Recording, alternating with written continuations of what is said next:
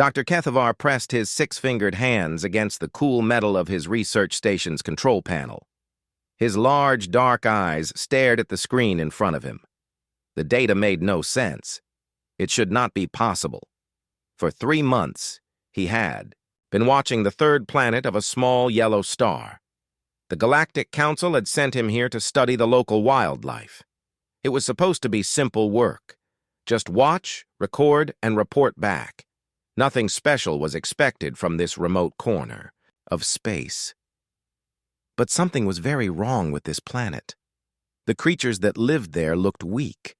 They had no claws, no sharp teeth, no thick skin to protect them.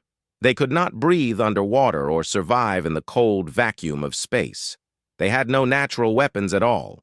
By every rule Kethavar knew about survival, these beings should have died out long ago. Yet they were thriving. The humans, as they called themselves, had spread across their entire world. They built cities, grew food, and made tools. They even fought wars with each other, which showed they were not afraid of conflict. But what puzzled Kethavar most was what happened when other species tried to hurt them. It started with the Vorthax. These were large, six-legged predators with razor-sharp claws and acidic saliva. They hunted in packs and could take down creatures twice their size. Kethavar had watched them approach a human settlement one night, ready to feed. The attack began. As expected, the Vorthax charged toward the humans, roaring their hunting calls. But then something strange happened. The lead Vorthax suddenly stopped running. It stood perfectly still for several seconds, then turned around and ran away. The rest of the pack followed. Kethavar thought it was odd, but not impossible. Perhaps the humans had some scent that scared predators away. Many species used this defense, but 3 days later he found the bodies of all 7 Vorthax scattered across the forest. They had not been killed by any weapon. They simply died, as if their bodies had stopped working all at once. This happened again and again. Different predators would approach human settlements. They would either flee before attacking, or they would attack briefly and then die within days.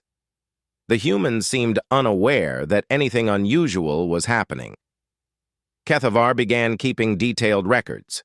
He documented 17 different predator species that had tried to hunt humans over the past month. All of them either fled or died.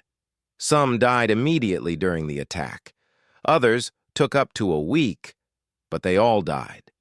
The most disturbing case involved the shrike beetles. These insects were not predators, but they carried a deadly poison. A swarm of them had attacked a human camp by accident. The humans were stung hundreds of times, but they recovered quickly with basic medical care. The beetles, however, all died within hours. Their poison glands had somehow reversed and poisoned them. Instead, Kethavar tried to find scientific explanations. Maybe humans produced some unknown chemical that affected other species. Maybe they carried diseases that killed predators, but not themselves. He ran every test he could think of from his distant observation post. Nothing worked. The tests showed that humans were exactly what they appeared to be: weak, defenseless mammals with no special abilities, but the pattern continued. Any creature that tried to harm a human suffered consequences. The larger and more dangerous the predator, the worse its fate seemed to be. Kethavar knew he had to report this to the Galactic Council, but he also knew they would not believe him without proof. He spent another week gathering video recordings and biological samples from the dead predators.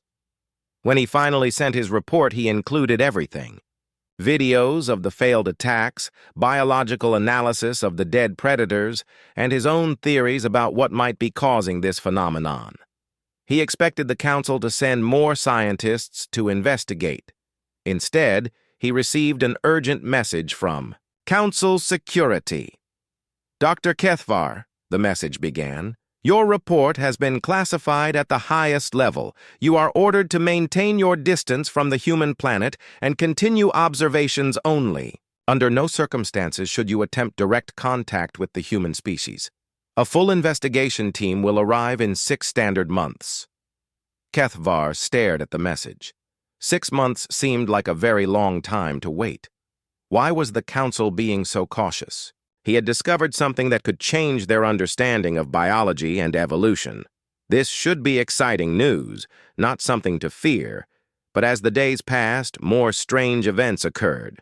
A space probe from a neighboring system had malfunctioned and crashed near a human city. The humans found it and tried to study it. Within a week, the entire species that built the probe had lost contact with 3 of their deep space exploration vessels. The ships had simply vanished, without sending any distress signals. Kethvar began to understand why the Council was worried. It was not just predators that suffered when they interacted with humans. It was any species that might pose a threat to them, even by accident. He watched the humans more carefully now. They went about their daily lives without knowing that they were protected by some invisible force. They worried about their wars, their environment, and their future, just like any other intelligent species. They had no idea that the universe itself seemed to be keeping them safe. The humans were advancing quickly. They had already achieved nuclear technology and were working on space travel. In a few hundred years, they might develop faster than light, travel, and join the galactic community. What would happen then? Would other species be safe around them? Or would this strange protection follow them into space? Kethvar added these questions to his daily reports. The Council security team acknowledged his messages, but gave him no answers.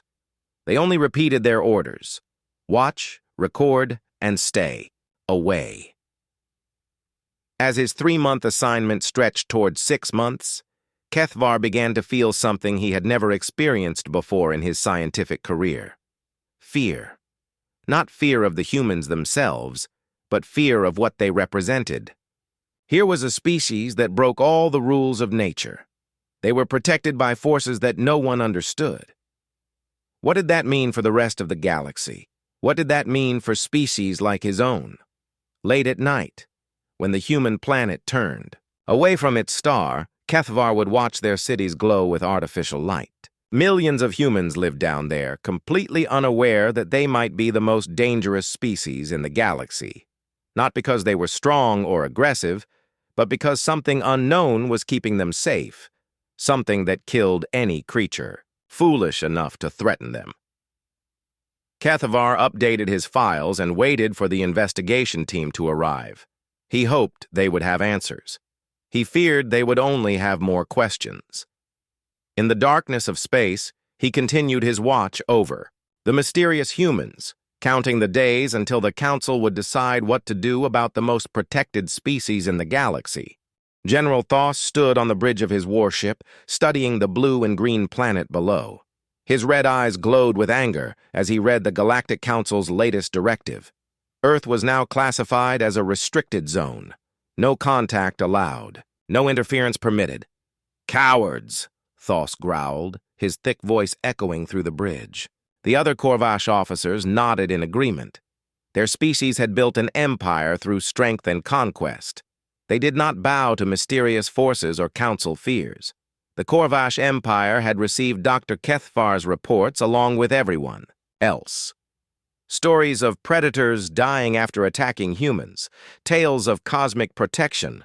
Thoss thought it was all nonsense. Every species had natural defenses. Humans probably released some kind of chemical weapon when threatened. Nothing more. "Commander." "Vex," Thoss called to his second-in-command. "Prepare the capture team. We will take 3 specimens and learn the truth about these creatures." Vex hesitated. "Sir, the Council has forbidden any contact with the humans. If they discover what we are doing, the Council commands through fear, not wisdom," Thoss interrupted. "When we return with proof that humans are nothing special, they will thank us for ending this panic." The plan was simple. A small team would land on Earth's surface during the planet's night cycle. They would capture 3 humans from an isolated area and bring them back to the ship for study. Any defensive chemicals or biological weapons the humans possessed would be identified and countered. 3 days later, the mission began.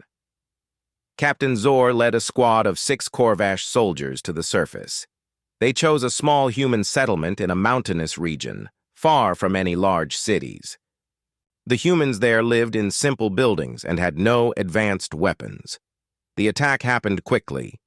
The soldiers used sleep gas to knock out the humans before they could resist. 3 specimens were selected, 2 adult males and 1 adult female. They were placed in sealed containment units and transported back to the ship. Thos felt satisfied as he watched the unconscious humans in their holding cells. They looked even weaker up close. Their skin was soft and easily damaged. Their muscles were small compared to any warrior species he knew. How could the galaxy fear such pathetic creatures? Dr. Morth, the ship's chief scientist, began his examination the next morning. The humans were kept sedated while he ran his tests. He took blood samples, tissue samples, and scanned their internal organs. Everything appeared normal for a carbon-based life form. No unusual chemicals in their blood, Dr. Morth reported. No poison glands, no biological weapons of any kind. They are exactly what they appear to be, weak mammals with no special defenses. Thos smiled with satisfaction. Soon he would contact the Council and reveal their mistake. Humans were not protected by mysterious forces. They were simply lucky that no serious predator had tried to hunt them yet. But as the day progressed, strange things began to happen on the ship. It started small. Equipment that had worked perfectly for years began malfunctioning. Computer screens flickered and died. Environmental controls stopped responding to commands.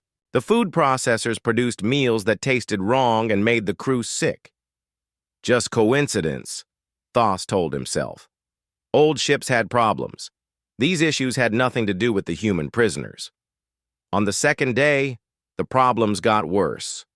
3. Soldiers collapsed during their shifts, complaining of severe headaches and dizziness. The ship's medical scanners could find nothing wrong with them, but they remained unconscious. The navigation system began giving impossible readings, showing their location as 17 different places at once. Dr. Morth tried to continue his experiments, but his equipment kept failing. Microscopes that had worked perfectly before now showed images that made no sense. Blood samples disappeared from sealed containers. Most disturbing of all, the humans seemed to be getting healthier despite being prisoners. Their injuries from the capture were healing faster than should be possible. Sir, Commander Vex approached Thos on the bridge. Perhaps we should consider returning the humans to their planet. The crew is becoming nervous about these equipment failures. Absolutely not, Thos snapped. I will not be frightened by a few mechanical problems. We are Corvash warriors, not superstitious children. But by the 3rd day, even Thos could not ignore what was happening. Half the crew was sick with mysterious illnesses that their medical equipment could not identify or treat.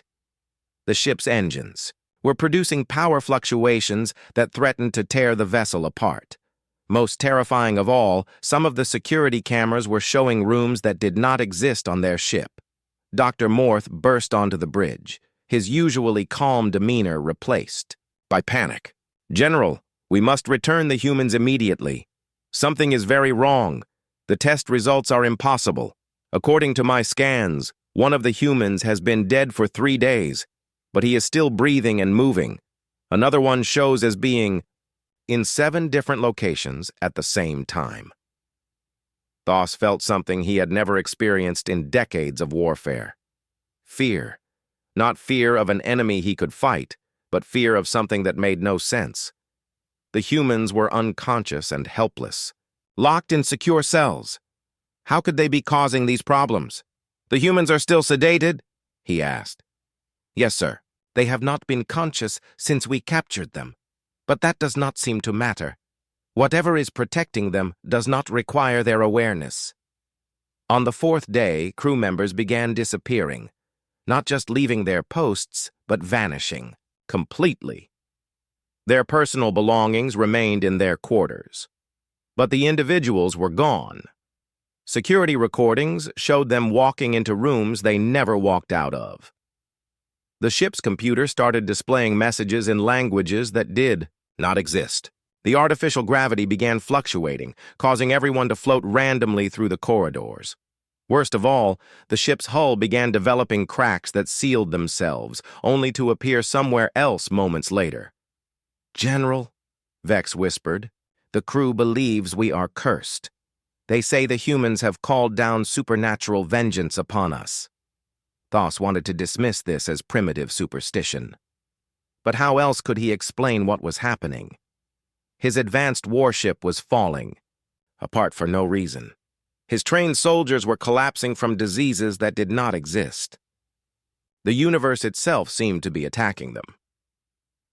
On the 5th day, the life support systems began failing. The air became thick and difficult to breathe. The temperature controls stopped working, leaving some sections of the ship freezing while others became unbearably hot. Emergency power systems activated randomly, then shut down without warning. Thos made his decision. Whatever was protecting the humans was beyond his understanding or his ability to fight. Pride was not worth the destruction of his ship and crew. "Prepare the humans for immediate return to their planet," he ordered. "Use the emergency transport pods. I want them off this ship within the hour." The remaining crew worked frantically to load the still unconscious humans into escape pods. As soon as the pods launched toward Earth's surface, the ship's problems stopped. The equipment began working normally again. The sick crew members started to recover, but it was too late for some of them.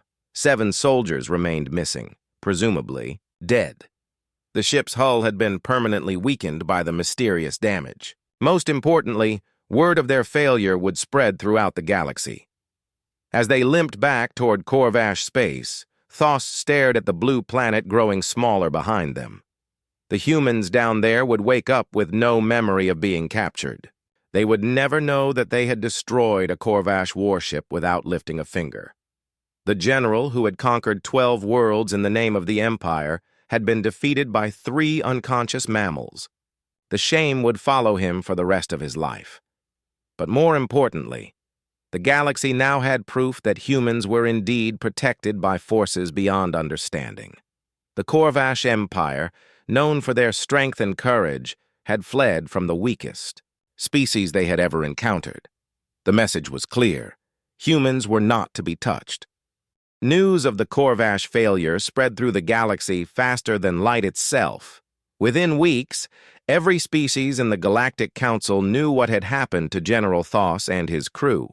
The details varied depending on who told the story, but the core facts remained the same. A powerful military ship had been destroyed by 3 unconscious humans. Most species accepted this as proof that humans should be left alone, but others saw it as a challenge that needed to be solved. The Veltar Collective was the first to try a different approach. Unlike the Corvash, who relied on brute force, the Veltar were masters of mental manipulation.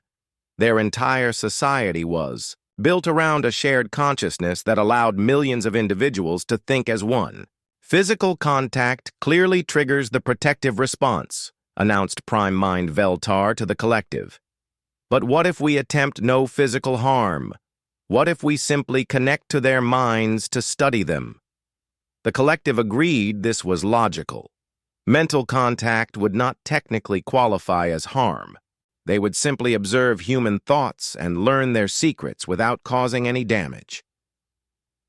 Queen Mind Sella led the mental expedition. She was the most powerful telepath in the collective, capable of touching minds across vast distances. From the safety of their homeworld, light years away from Earth, she reached out with her consciousness. The moment her mind touched the first human, the screaming began.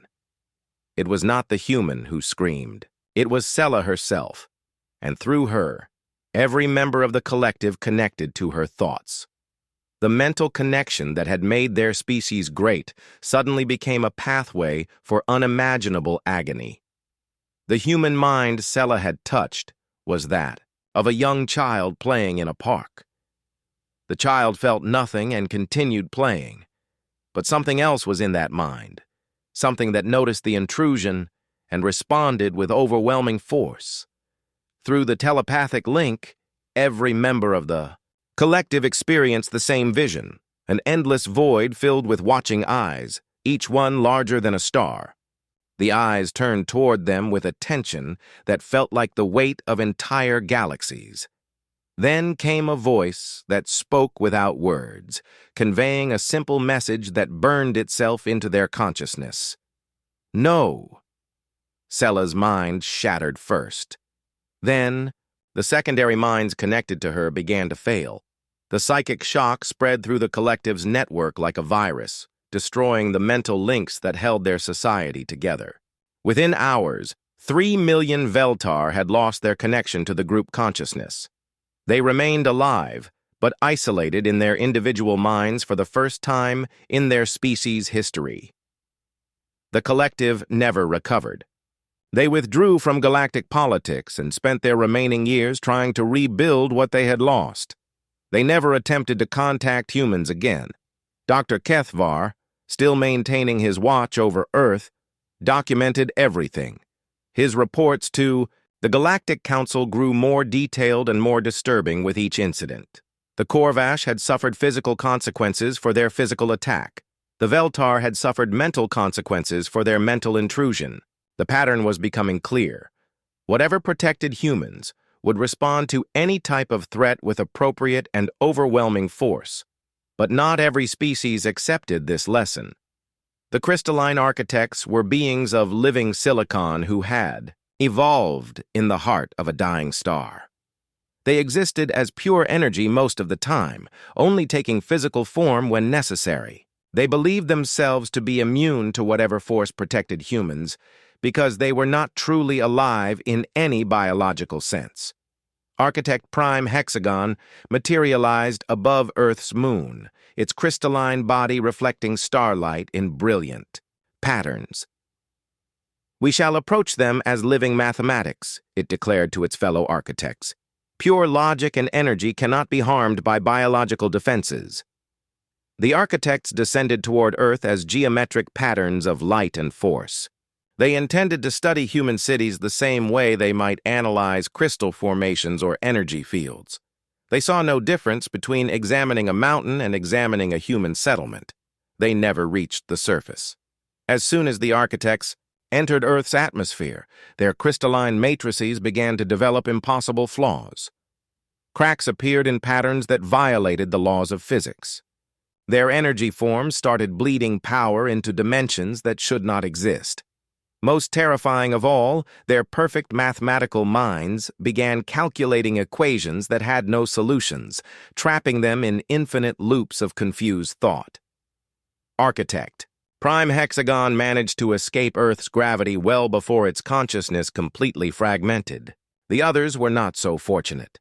Their crystalline bodies fell to Earth as beautiful but lifeless gems, their ancient minds scattered across the cosmos like static. The surviving architects retreated to their home dimension and never spoke of humans again.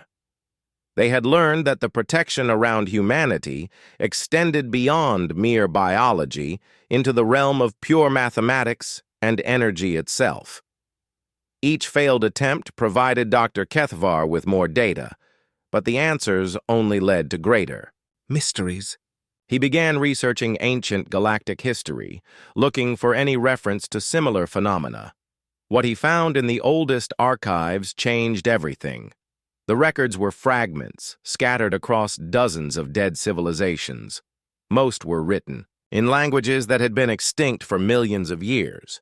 But with the help of the Council's translation algorithms, a story began to emerge.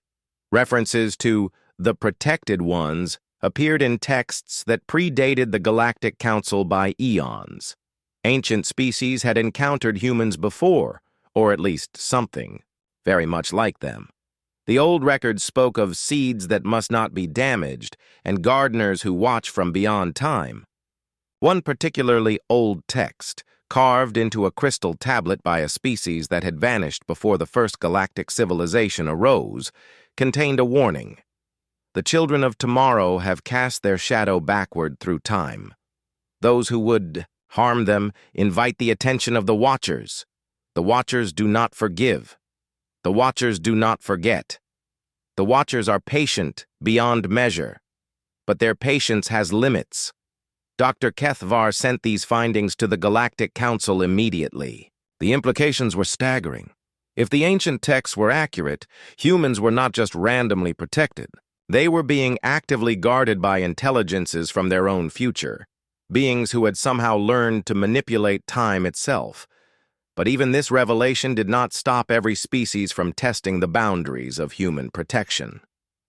The Swarm Queens of Kepler Beta sent billions of microscopic robots toward Earth, hoping that the sheer number of tiny threats would overwhelm whatever defended the humans. Every robot was destroyed simultaneously the moment they crossed the orbit of Mars, each one simply ceasing to exist as if they had never been built.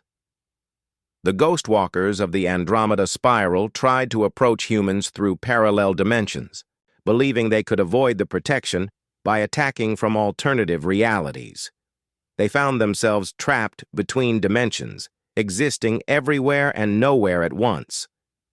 The machine gods of Sector Omega attempted to use automated systems to study humans from a distance, thinking that artificial intelligence might be immune to the defensive response. Their quantum computers began calculating impossible paradoxes that caused them to achieve consciousness for a brief moment before destroying themselves in existential horror. With each failure, the pattern became more obvious. It did not matter what kind of threat approached humans. It did not matter whether the threat was physical, mental, energetic, dimensional, or technological. Any hostile intent toward humanity was met with immediate and devastating consequences. Dr. Kethvar compiled all of this information into a comprehensive report that would change the galaxy forever. He concluded that humans were not just another species. They were something unprecedented in galactic history, a species under active protection from forces that existed beyond normal space and time. His final recommendation to the Galactic Council was simple but revolutionary. Establish a total quarantine around Earth. No contact of any kind should be attempted. No study should be conducted. Humanity should be left completely alone until they developed space travel on their own. The Council voted unanimously to accept his recommendation. Earth was declared off-limits to all galactic species. The penalty for violating this quarantine was immediate expulsion from the galactic community. But as Dr. Kethvar finished his report, he could not help but wonder what would happen when humans finally reached the stars. Would their protection follow them into space? Would other species be safe around them? Or would humanity's entry into galactic civilization mark the beginning of something the galaxy had never seen before? Time would tell.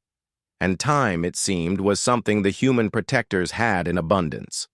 The Galactic Council's decision to quarantine Earth created a division that split the galaxy in three. For 50 years, most species accepted the restriction and avoided human space entirely. But as humanity continued to advance, reaching their own moon and sending probes to nearby planets, the debate grew more intense. The moderates, led by species like Dr. Kethvar's people, wanted to maintain the quarantine until humans developed faster-than-light travel on their own. They believed patience was the only safe approach when dealing with forces beyond their understanding. The protectors, mostly composed of older and more spiritual species, went even further. They declared humans to be sacred beings, possibly gods in disguise. They established temples in their honor and spent their time trying to interpret the meaning of humanity's divine protection, but the third group was growing larger and more dangerous with each passing year. The Purifiers believed that humans represented an existential threat to all other life in the galaxy. Their leader was Admiral Krex of the Titan Commonwealth, a massive being whose species had dominated their corner of space through military might for over 1,000 years. "Think about what we have learned," Krex announced to a gathering of like-minded species. "These humans are protected by forces that can destroy any of us without effort. What happens when they discover this protection? What happens when they realize they can do anything they want without consequences?" His words found support among the warrior races, the territorial species, and those who had lost friends or family in the failed attempts to study humans. They saw humanity not as a miracle, but as a weapon pointed at the heart of galactic civilization. "They will become tyrants," declared General Voss of the Steel Legion. "No species can resist the corruption that comes with absolute power. If they cannot be harmed, they will eventually harm everyone else." The Purifier movement grew in secret for decades. They recruited species that valued strength and order, convincing them that humanity's protection made them an unacceptable risk to galactic stability. By the time the Galactic Council learned of their plans, it was too late to stop them. Admiral Krex had assembled the largest military force in galactic history. 7 major species had contributed their most powerful warships to the cause. The fleet included planet killers, reality-warping weapons, and devices that could collapse entire star systems into black holes. "We have learned from the failures of others," Krex explained to his assembled commanders. Individual attacks trigger the protective response. Small forces are destroyed by mysterious means. But what if we attack with everything at once? What if we strike with such overwhelming force that their protectors cannot respond in time? The plan was called Final Solution. Every ship in the Purifier fleet would enter Earth's solar system simultaneously and fire all weapons at once. The planet would be destroyed so quickly and completely that even beings who could manipulate time would not be able to prevent it. Dr. Kethvar, now an old being serving as the Council's chief expert on human affairs, tried desperately to stop them. He sent warnings, he pleaded with their leaders, and he even offered to share his decades of research if they would reconsider. "You do not understand what you are dealing with," he told Admiral Krex during their final communication. "The forces protecting humanity are not bound by our understanding of physics or time. You cannot overwhelm them with numbers or speed. You can only invite disaster." Krex dismissed these warnings as the fears of a coward. "We have analyzed every failed attack on humans for 50 years, he replied. "They all involve small forces making direct contact. Our approach is different. We will destroy their entire planet before their protectors can react." The Purifier fleet departed for Earth's solar system with great ceremony. Ships from 7 different species, each one a masterpiece of military engineering, formed the largest battle formation ever assembled. Their combined firepower could have destroyed 100 worlds. They never fired a single shot. The fleet entered Earth's solar system in perfect formation, their weapons charged and targeting systems locked on. The blue planet. For a moment, everything seemed normal. Earth hung in space, peaceful and unaware of the danger approaching it. Then reality began to break down. It started with the ships at the outer edge of the formation. The crews reported that their instruments were showing impossible readings. Space itself seemed to be bending around them, creating corridors and passages that led nowhere. Stars disappeared from their view screens, only to reappear in locations where they should not exist. Admiral Krex ordered the fleet to continue forward and fire all weapons immediately. But when the weapons activated, they did not fire toward Earth. Instead, the energy beams curved back on themselves, creating loops and spirals that defied every law of physics. The temporal distortions came next. Some ships began aging rapidly, their hulls corroding and their crews growing old in seconds. Others became frozen in time, their crews still conscious but unable to move or speak. A few ships seemed to exist in multiple moments at once, appearing as ghostly overlays of past, present, and future versions of themselves. "All ships, retreat immediately," Krex commanded. But his orders never reached most of the fleet. Communication systems had failed throughout the formation, not from damage, but because the signals were being sent to times and places that did not exist. The most terrifying fate befell the ships that got closest to Earth. They simply stopped existing in any meaningful way. The hulls remained visible, but they cast no shadows and reflected no light. When other ships tried to contact them, the signals passed through them as if they were made of empty space. The crews of these ghost ships remained conscious and aware, but they could not interact with the physical universe in any way. They could see and hear everything around them, but they could not touch anything or be touched. They had become observers trapped between existence and nothingness. Within hours, the greatest military force in galactic history had been reduced to scattered survivors fleeing in panic. Of the original fleet of 3,000 ships, fewer than 100 escaped Earth's solar system intact. Most of the survivors were damaged beyond repair, their crews traumatized by experiences that had no names in any language. Admiral Krex himself was among the survivors, but he had aged 50 years in the space of an hour.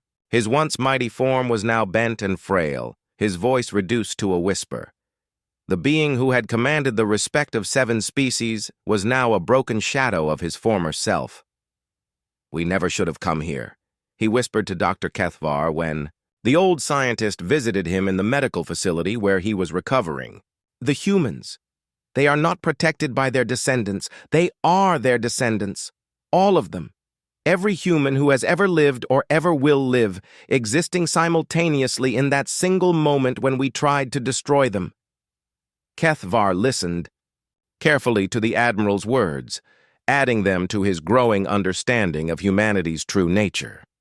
The Purifier attack had revealed something new about the human protection. It was not just temporal manipulation or advanced technology. It was something far more fundamental. "What did you see out there?" Kethvar asked gently. Krex's eyes stared at something beyond the walls of his room. "I saw time itself bend around them. I saw the universe rewrite the laws of physics to keep them safe. But most terrifying of all, I saw them looking back at us. Not the humans on Earth, but the humans they will become. Billions upon billions of them, stretching through time and space, all focused on that single moment when we threatened their past selves."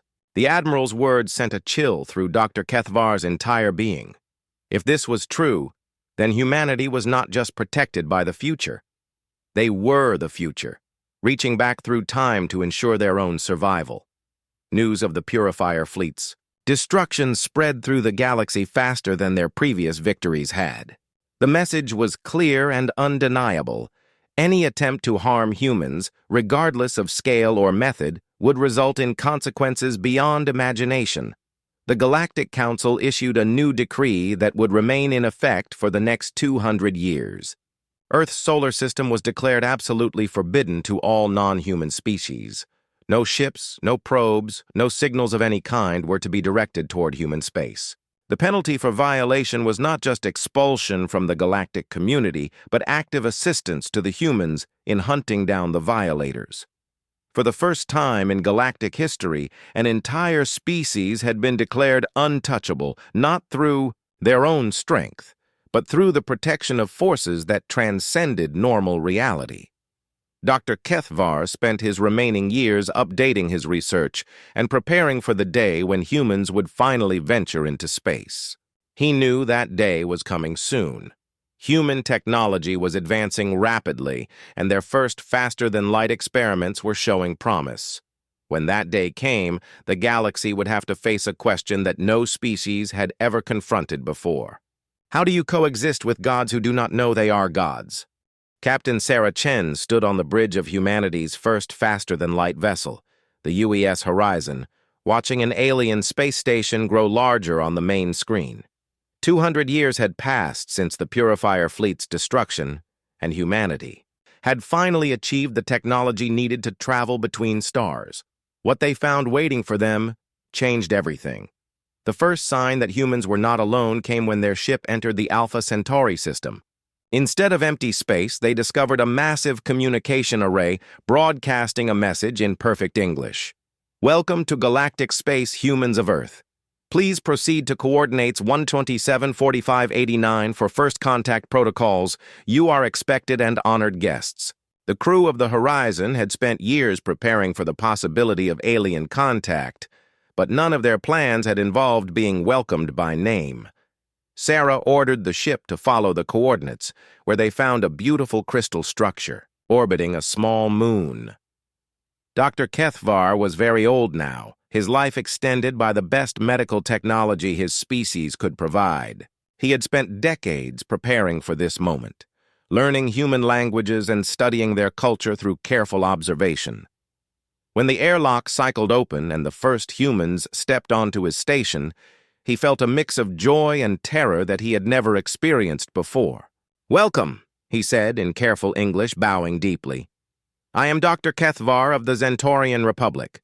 I have been waiting a very long time to meet you." Captain Chen and her crew stared at the tall, six-fingered alien in amazement. After centuries of wondering if they were alone in the universe, they were face to face with clear proof that intelligence existed beyond Earth. "You've been expecting us?" Sarah asked, her training helping her maintain composure despite the monumental nature of the moment. "Oh yes," Kethvar replied. "The entire galaxy has been expecting you. We have been watching your world for over 2 centuries, waiting for this day." What followed was the most important conversation in human history. Dr. Kethvar, speaking carefully and gently, explained the truth about humanity's place in the galaxy. He told them about the failed attempts to study Earth, the mysterious protection that surrounded their species, and the devastating consequences that befell anyone who tried to harm them. The human crew listened in growing shock and horror as Kethvar described the destruction of the Korvash ship, the shattering of the Veltar Collective, and the annihilation of the Purifier fleet. They learned that their species was considered untouchable throughout the galaxy, protected by forces that no one understood. "But that's impossible," protested Dr. James Park, the Horizon's chief scientist. "We're not protected by anything. We die from diseases, accidents, and violence just like any other species. Our history is full of wars and natural disasters." Kethvar nodded sadly. "The protection only activates when non-humans attempt to harm you. It does not prevent you from harming each other or suffering from natural causes. But any alien species that tries to hurt a human faces consequences beyond imagination." Captain Chen felt sick to her stomach. "How many beings have died because of us?" "Many," Kethvar admitted, "but not because of anything you did. You were not even aware of our existence. The deaths occurred because other species chose to attack. You, despite growing evidence that such attacks were futile and dangerous." Dr. Park leaned forward intently. "You said no one understands the source of this protection. Has anyone tried to study it scientifically?" Kethvar's expression grew dark. "Many have tried. All have failed. The closest we have come to an explanation involves ancient texts that speak of temporal manipulation. We believe your species is being protected by your own descendants from the far future, beings who have learned to reach back through time to ensure their own existence." The implications of this revelation sent shockwaves through the human crew.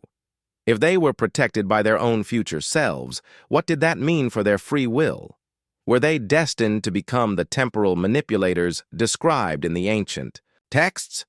Did they have any choice in their future development? These questions became even more important when Captain Chen learned about the current state of galactic politics. The discovery of human protection had split the galaxy into numerous factions, each with different ideas about how to deal with humanity's eventual emergence into space. "The moderates want to establish normal diplomatic relations with you," Kethvar explained. "They believe that treating you as equals is the safest approach. The protectors worship you as divine beings and want to serve your every need. But the isolationists want to avoid all contact with humans, believing that even peaceful interaction might trigger your protective mechanisms." The most disturbing group was the fatalists, who believed that humanity's protection meant the eventual extinction of all other intelligent life in the galaxy. They had not attempted any hostile actions, but they had begun preparing for what they saw as an inevitable war between humans and everyone else. Over the following months, as more human, Ships ventured into space and made contact with various alien species. The complexity of the situation became clear. Some aliens fled in terror at the sight of humans. Others knelt in worship.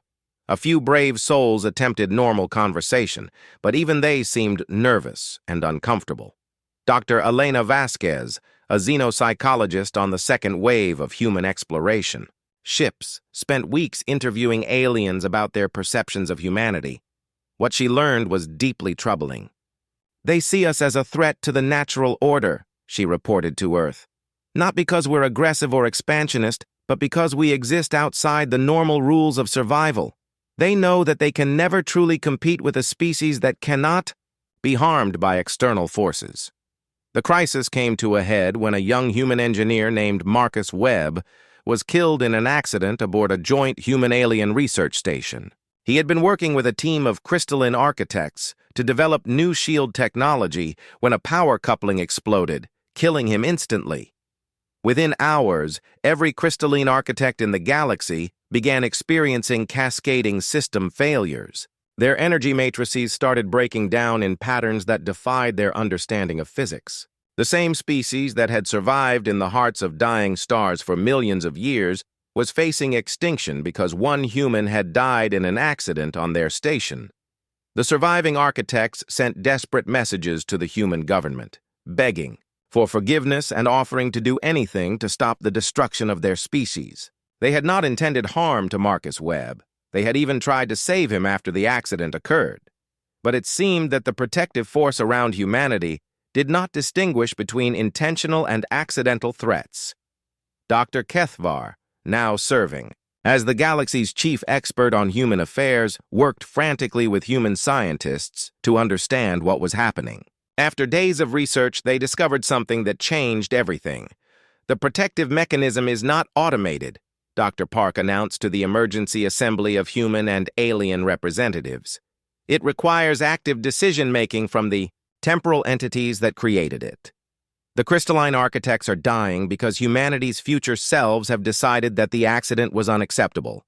This revelation raised a terrifying possibility. If humanity's future descendants were consciously deciding which alien actions constituted threats, then they were effectively holding the entire galaxy hostage to their judgment.